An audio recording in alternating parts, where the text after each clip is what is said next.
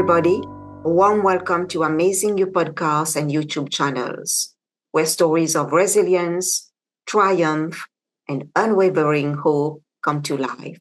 Today, I want to say a big thank you to the audience for watching, for sharing, and subscribing. And if you are new, very warm welcome to you. We are very grateful to have all of you here for supporting the channels for the past 3 years.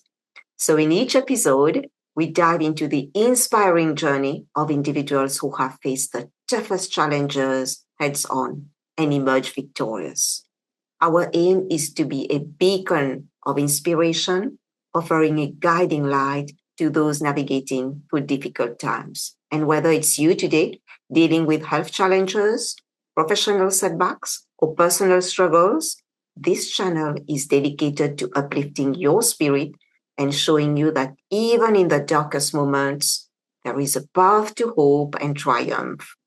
So join us, everybody, as we share powerful stories that transcend adversity, reminding you that resilience is a force within us all. So I am your host. My name is Dr. Rani Thanacoody. I am a Mars-Venus life and relationship coach. I am a clinical hypnotherapist using rapid transformational therapy method.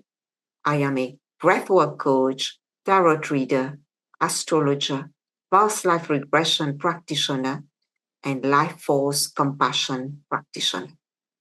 And today, I am super excited to introduce you to a very special lady all the way from California who has taken her time today to be here to speak and to share her journey with you. Her name is Melissa Orias. She's a certified sound healing practitioner with over 20 years of experience in diverse healing modalities. Very warm welcome to Amazing You, Melissa. Hi, Dr. Rani. Thank you so much for having me today. I really appreciate it.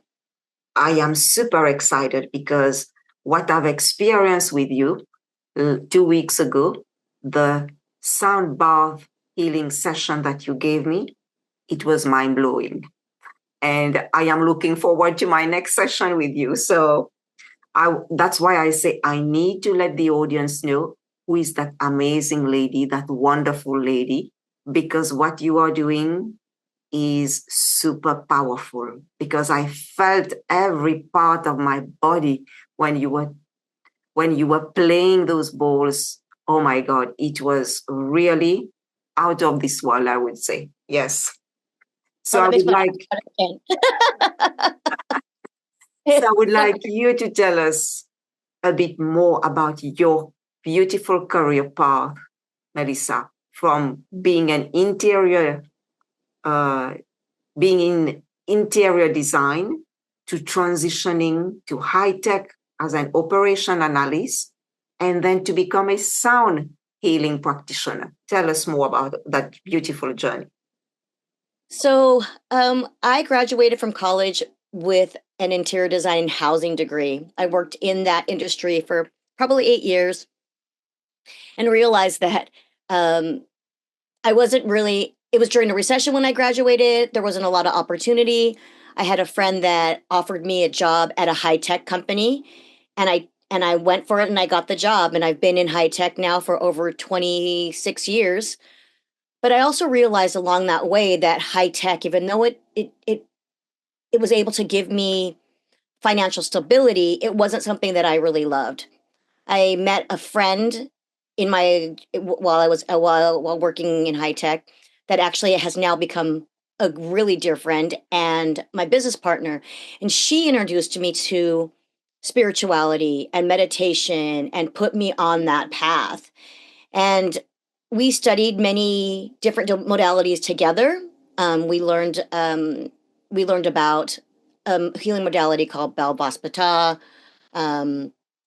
Serenity Vibrational Healing, Human Design. I got certified in levels 1 and 2 in Reiki, and then I started studying another modality called Chine Song, which is a a form of organ massage that allows the body to release stuck emotions in the organs. So it was really powerful. But then COVID hit, and I just didn't feel comfortable practicing that anymore, and was kind of trying to figure out what else is it that I could do, because I knew I wanted to do something. My partner and I, we were sitting around one day and just having a little chat and having a glass of wine, and she said to me, I'm really getting into sound and frequency. And I said to her, I that's so crazy, because I am too. And then we literally started, we started, we decided we're going to start a company. We picked our name. Then I took my first sound healing introduction to singing bowls.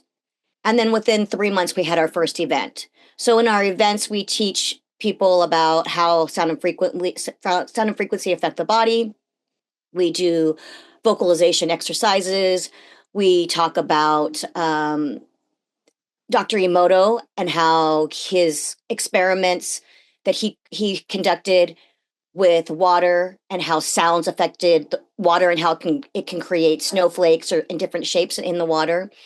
And then we work with tuning forks on the body, and then we do a sound bath at the end. And that's what we call a daycation, because we don't want to call it a workshop, because we don't want to use the word work. We also have mini daycations that are we focus on one subject. We talk about the subject, and then we do the tuning forks, and then we do a sound bath as well. Right. Wow, you've studied so many different various modalities. And can you share with us which one of those modalities have had the biggest impact on you, and why? I think now it has been my certification with the Crystal Alchemy Singing Bowls. I'm certified now in levels 1 and 2. I have one more to go. And I think why it's been so impactful to me is because I really see what people are experiencing. The feedback I've been getting, you, for one, Dr. Rani, you explained to me that you felt sensation in your feet, which was Yes. amazing. And then you felt something in your heart center. And I've had like the most amazing feedback from my clients. I had one client tell me that she had been very stuck for many years. Her mother had passed, and she had been just not the best place. And she had mentioned to me that she could see like a fog coming out, releasing from her body. I had another client tell me that she saw herself outside of her body. So this has been such a wonderful experience, and it's so impactful on myself, because I find so much joy when I see someone that's able to release something, or able to transmute an emotion that they've been holding on to for a long time. Yeah, that is so true. And can you, because your singing bowl are very special, they are alchemist crystal singing bowls, so we have to emphasize that. And can you explain to the audience who might not know, because not everybody knows about singing bowls, the different types. Can you explain to us what makes those singing bowls so unique? Crystal Alchemy Singing Bowls are so unique because they are created from a one-of-a-kind machine in Utah, in the United States. These bowls are made out of the highest quality of pure quartz, out of out of a quarry in North Carolina. Um, they're also infused with crystals, precious metals, precious gemstones, minerals. For example, I have some really beautiful bowls. One of my favorite bowls is infused with amethyst. I have another bowl that has rose quartz and platinum in it. So I feel, this is just my own opinion, in comparison to just say a quartz singing bowl. These have this really pristine frequency and almost an angelic vibration to them. And I think that they're special because of the alchemies that they are infused with. Right, yes. I think these are also the sound they make is very different from other singing bowls, because like you said, the alchemy they've been made of, some are with gold, with different stones, different gemstones, and they are really, really, it takes you out of your body. It's like you can easily have an out of body experience with those singing bowls. And you how do you say, would you say you play them, you when you are doing a session, how do you call that? I play the bowls. You play the bowls, right? Yeah. And you were talking earlier that you and your business partner, you co-founded Frequency Flows in 2023. Can you tell us what inspired you both to start that? As I said, we both were very interested in some sort of healing modality, and the interest in how sound and frequency affects the body, how it can heal the body. Like if you play something, like if you play a beautiful melody with the feeling that it kind of brings up in your body, right? So the thing is that not everybody realizes if you listen to something that's calming and has a beautiful frequency, it'll affect your body. Whereas you listen to something like a really heavy metal song, that it also influences your body, but not in the best way. So we wanted to educate people on how that frequency, whether it be sound, whether it be thoughts, how it can, heal, or it can change something within the body that may not be the best. So it's making the choice and being educated on how the frequencies affect oneself.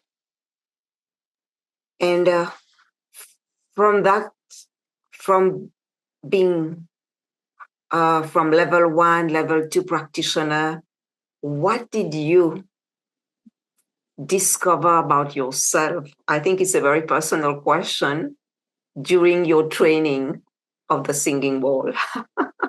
It's been a very interesting journey, because I went from level 1 being very not I wasn't confident in playing the bowls. I was very Okay.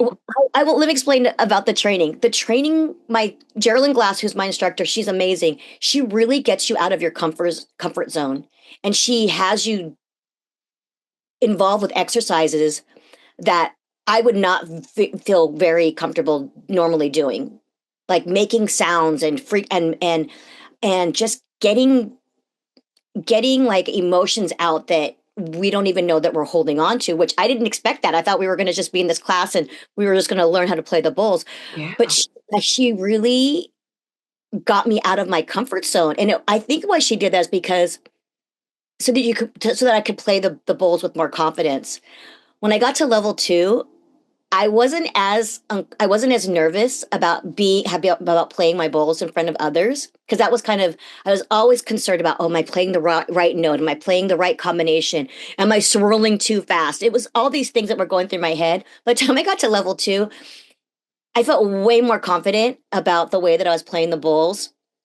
I wasn't so much concerned about if I was playing the wrong note with the wrong notes together. I also studied the note combinations extensively before I got to level 2 for my bowls. But I think that's the biggest takeaway, is my confidence in playing the bowls. And not only that, did it affect the way that I play the bowls, but I noticed that I feel differently in my own personal life, which has, these kinds of classes and these sorts of trainings, they affect all aspects of our life, whether we know it or not. So it's been impactful for me, and such a joy. Like if I've talked to you about this before. Like, I find so much joy playing the bowls. I mean, I'm like, I always say, I'll play the bowls for you. Do you want me to play the bowls? I'll play the. I'm constantly offering. Do you want me to do a session? I'm happy to do a session. It makes me so much. It brings me so much joy. It makes me so happy. Oh, thank you. Thank you so much, Melissa. It's beautiful to see how when we learn something in the personal development, in spirituality, how we discover a new aspect of ourselves. Like for you, you became more confident, and it's not only impacting you in playing, but in all areas of your life. And that's wonderful to see, because I can share as well and say that every modality I have learned has helped me to discover something more about myself, to find something that I didn't know. And that's why we are here, to discover who we really are. Yeah. And that's beautiful. Thank you. And can you share with us how you, Melissa, you incorporate sound healing in your everyday life? Do you have any rituals or practices that you do every day with the singing bowls? I try to pick up at least one bowl a day and connect with it. What I found, which is really interesting, is that I've played my bowls, and sometimes they don't want to sing. I don't know what it is. We had in my level 2 training, one of the practitioners, none of her bowls sang when it was her turn to play. It was the most interesting thing. And I think it was last week or the week before, I had a Zoom call, and one of my bowls just did not want to play. Okay. And so I was like, okay, I'm not paying attention to you, or there's some kind of frequency or energy within the call or myself. So I try to connect with them on a daily basis, at least one or two of them. I'll pick them up and I'll play with them, and they definitely have personalities. It's a funny thing, which I didn't. That was explained to me when I first started learning about the Crystal Alchemy Singing Bowls, and I didn't really understand it until I started to play my bowls more and more. So that's something that as a daily practice, I try to pick up. Like if I'm feeling something, like, okay, well, what am I feeling today? Do I feel like I need to focus on something in my solar plexus, or do I need to feel more grounded today for whatever reason? I'll pick up a bowl that's related to that emotion. If I'm not feeling getting anything, I'll pick up one of my favorite bowls, or the closest one to me, and I'll play it. Okay, thank you. That's very interesting to know that you do pick one of the bowl and you do practice, you do play with them, and I'm not surprised that you say sometimes the bowl don't sing, because they are frequencies, you know, and like you said, they have a personality of their own. And do you talk to your bowls? Yes, Yeah, yeah, I do. I do talk to them. yeah. I think that's because they can feel, they can hear, because they are vibration. Everything is vibration. Yeah. And what advice, Melissa, would you give someone today who is listening and watching, who is curious about exploring sound healing, but has no idea where to start? I think that for me, I at least had been familiar with different modalities, well, different types of instruments that um, are included in sound baths and sound healing. For someone that's interested in it, I would just try to YouTube. I'm going to plug you YouTube. That's a good place to start. Look up sound baths and see, maybe you like gongs better or singing bowls better, or tuning forks do make sounds and frequencies. I would just say to sample different kinds of sound baths. If you are interested in becoming a sound healer, do your research. I did my research for quite some time before I landed on the instructor that I currently have. Uh, this program that I'm in, it's for each certification, it's 32 hours. It's a 32-hour certification. The other ones that I had looked into were just a few hours, and I wanted something more robust. And I really wanted to train, and I really wanted to know more about the bowls and how to be the best practitioner I could possibly be. And I think that I'm becoming that still. Thank you, Melissa. And what do you, for individuals who are facing some tough times today, what steps or advice can you offer them to navigate and eventually overcome adversity? I think is to for myself, and I've given this advice to others that I've that I speak with on a regular basis, relatives, friends that are going through tough times, is just to keep moving forward. Like, even if it's just a millimeter, like it's even if it's like, try to find something that makes you feel better instead of going backwards, right? So it's just to keep moving forward, and even if it's just a baby step or even a millimeter at a time, it's just to try to find something that uplifts you. I know that for me, if I'm not feeling in the best place, I will try to find something that makes me laugh. That's like, I'll put a funny movie on. I will do some crafting that brings me joy. I'll put on one of my favorite songs that makes me want to get up and dance. Um, and it's just really about moving forward and just finding those little things that bring joy to you. Because it's not always the big things, right? Maybe it's eating a piece of chocolate that makes you happy. I don't know. It's just it's about those little things in life that can perpetuate your energy and your and and change the way that you feel at that moment. And that is so true because we take for granted the small things in life, you know? We are always looking for the next big thing, the next huge thing.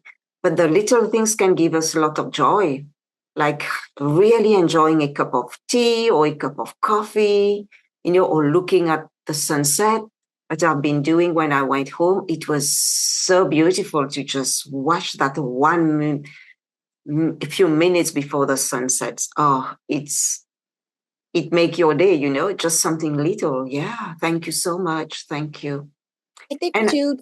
Oh, yeah, sorry, I meant to add that I think it's please. just also trying to be grateful for the little things too. Mm-hmm. That's I we when we're in having a moment, we kind of forget how wonderful our life is. You know, I have I'm I'm in my late 50s. I still have both of my parents. I'm grateful for that every day. It's those little things, right? I have two dogs that I absolutely love that bring me so much joy. You know, just those things to remember how lucky we are. I have a job. I have a car. You know, those things that we may take for granted, that to find gratitude in those daily things that we kind of may forget about. Yes, I love that. I love gratitude because gratitude is it is the highest frequency, you know? It is the frequency of love. It is the highest frequency to attract all what we want. Yes. And I know throughout that training, those various modalities you've trained, you have encountered many impactful books in your life. Melissa, could you highlight a few books that have profoundly influenced you and explain to us why? Okay, I don't know if these are my favorite books, but Okay. one of them is Eat, Pray, Love by Elizabeth Gilbert, and then my other favorite book that I try to read at least every year. It's The Alchemist by Paulo Coelho. And what I love about both of these books is that each of the characters is on a journey. They're on a journey. They see these beautiful places. They're on a journey, having these experiences, and in some ways they're looking for something, right? And it's really about the journey. It's really about the journey for both of them, and I feel like that's what I try to remind myself. I'm like, okay, I'm just on a journey right now. You know, I'm on a journey to just wherever life is going to take me. I, of course, there's manifestation and planning and all those things, but it's sometimes it doesn't work out. Like for both of these books, it did think there was some curveballs that happened, right? And they had to maneuver and figure out, well, okay, well, maybe that's not the way I'm supposed to go. And sometimes that's just a lot of times that's how life is. Maybe I want to have a blue car, and what's meant for me is a green car, and the green car it was the better choice. It was a better price. It had the leather interior. It had all those other things, right? It's it's about just really allowing what is meant to be sometimes. And that's what I loved about both of these books, that it's just being on that journey and experiencing life in a way that sometimes it's unexpected, and then beautiful. Yes, thank you. Thank you so much for sharing those two books. And one of them, I read it. It was a long time ago, The Alchemist. And that book, that story stayed with me until now. I can't remember the whole story, but I do remember that gentleman or that boy, he was going on a journey from one place to another and just following the signs of what people were telling him, and he went to so many places. But I think at the end, the treasure was inside of him. Yeah. Yeah. Yeah. So I love that story. Love that book. Yes. Yeah, it's a great book. It is. Yes. Everybody, please, if you haven't read it, it is a great book. It's very easy to read. So just take some time and look at this book. Yeah. And besides the training that you've done, what are some of the projects or initiatives that you are working on currently, Melissa? And how can people stay updated or get in touch with you? So, with my company Frequency Flows, we do offer, like I said, daycations. They are in person here in the United States. Actually, I'm in California. As I said, we share information about sound and frequency and how it affects the body. And then we also do what's a daycation, which is a mini daycation rather, which is just a few slides where we have a topic that for that particular daycation, and then we work on each of the individuals' bodies with tuning forks, and then we do a sound bath. We recently started to do over Zoom on Thursday nights, 7 p.m. Pacific Standard Time, a guided meditation, and a sound bath. That's an hour. And then personally, I hold sound baths in person as well as over Zoom. I'd like to try to get a schedule going where I do a weekly sound bath. I'm trying to figure out my schedule, but that's a goal that I'd like to accomplish in the near future, is to do that on a weekly or bi-monthly cadence. And then the last thing I think is, as far as a project goes, is I'd like to write a children's book about my dog, my late dog Remy, who went missing for 3 months, and I willed this dog to come back, and so it's about him and what I think his journey was like, and honestly, it's about unconditional love and faith and hope is what I want to write this book about. Wow, that is super exciting, the projects you've got in the pipeline. And I wish you a lot of success in your various projects, Melissa. Yeah. And any final thoughts or messages you'd like to share with the audience today? I think just follow your passion. Like, I didn't know what my life purpose was or what my passion was. I love so many different things. I'm involved with so many different things. I'm always interested in like learning something new, but when this came about for me, I became really passionate about it. I read my training manuals over and over because I love it. I play the bowls whenever I can, if not daily.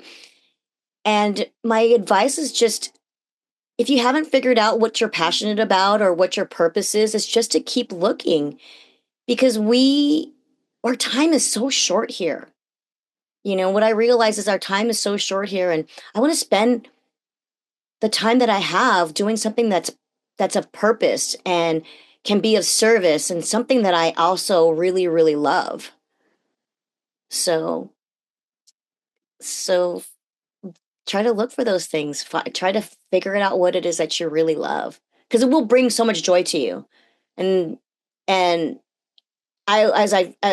Dr. Rani, as I've told you so many times over the short amount of time that we've known each other, is that these bowls bring me so much joy, and that's what I hope for everyone, to find whatever it is that brings them so much joy. That is so true. Thank you so much, Melissa. When you talk about doing what no need to look for the purpose, but try new things, keep learning, and you will discover it along the way. It's not about, some people are so stressed out, I know, looking for that purpose and waiting for it to come, but just try new things, do things that makes your heart sing, and get out of the comfort zone. If you stay at home, you wait for your purpose, it will not come, you have to get out of your comfort zone, do new things. So yeah, thank you so much for sharing that. That's very, very helpful indeed. And where can the people get in touch with you, Melissa? If you're interested in a sound bath, you can email me at frequencyalchemy1111@gmail.com. I know that some of you are all over the world, so if you want to do a sound bath, I can work with your schedule. I'm happy to accommodate a time that works for both of us. And then if you're interested in my other company, Frequency Flows, you can find us on Instagram at frequencyflows_. Fantastic. Thank you. Thank you so much for spending time with us today, Melissa. And I wish you a lot of success in everything that you do. And I will get back to you for my sound bath very soon. Thank you.